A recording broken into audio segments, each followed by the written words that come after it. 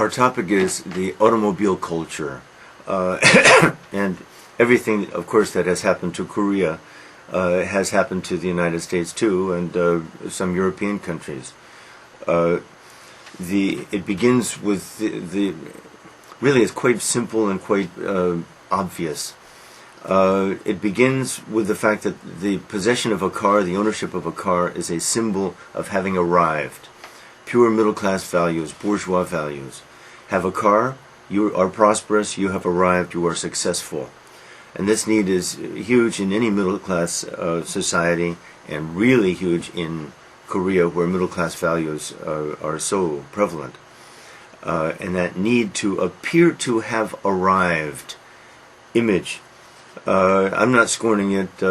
I'm part of it too, though. For me personally, I have been here 12 and a half years without a car, and I have loved it. Dependence on taxis, your taxis are very cheap. To be free of these problems of insurance, accidents,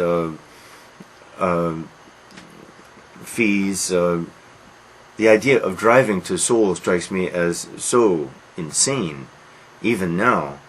Now that the KTX is here, it's even more mysterious to me why anyone would drive to Seoul. But for some people, that car, the interior of the car itself, is a second home, an extension of themselves, an identity. It becomes so important. And this goes beyond pride of ownership, middle-class value of image, success, and all this. This becomes something proprietary, that is, it's my property, it's I, an extension of me. Of course, blessings and curses.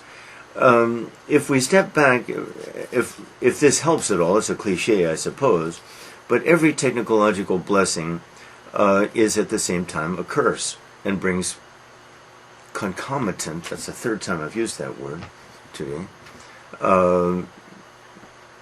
negatives and positives. And of course this applies even to medical advances. A related topic, which perhaps comes up here, but I think this topic is becoming a topic which is becoming a very discussed topic in Korea, is the extension of age. That is, soon it will be possible for us to live, and for Koreans to live, beyond the 78, 79 to 90, 100, and beyond. The consequences of this are huge, and I suppose people are thinking about them. One is, of course, an expanded population. That means fewer people dying, more people living. This puts a strain, stimulus too, on the marketplace. Strain perhaps on food. This means more business for doctors, more patients, more business for lots of people. Economics. This puts a strain on social benefits, because the tax base, these elderly people, will have stopped working. They are no longer working. They are no longer wage earners. On the other hand, they receive the benefits, the social benefits that one's society has. Korea has not developed much of a retirement plan and social security and all that, though I suspect you will one day. It requires a huge governmental apparatus, very costly. In the United States, we have a smaller and smaller number of people earning wages compared in percentage of the population, and these people are the people who are putting money into the social system, the social benefits, that a large number and larger number of people are taking from. The most interesting thing about this, in my opinion, is we have seen a generation gap. But this generation gap will gain some acerbity, some hostility. There just won't be a gap of communication. There will be a war, to some degree. war is too dramatic a term, but this will certainly put strains on the generation. On the generation on a gap that already exists. Anyway, the car culture as part of a larger picture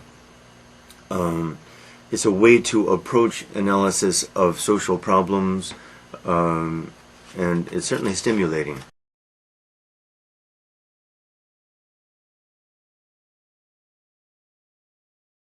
Is car culture? What does car ownership symbolize? 2. What image do most people strive for? 3.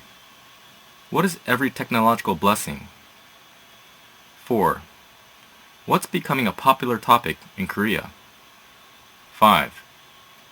What are some consequences of extended lifespan? 6. What negative social consequences will result from an extended lifespan? 7.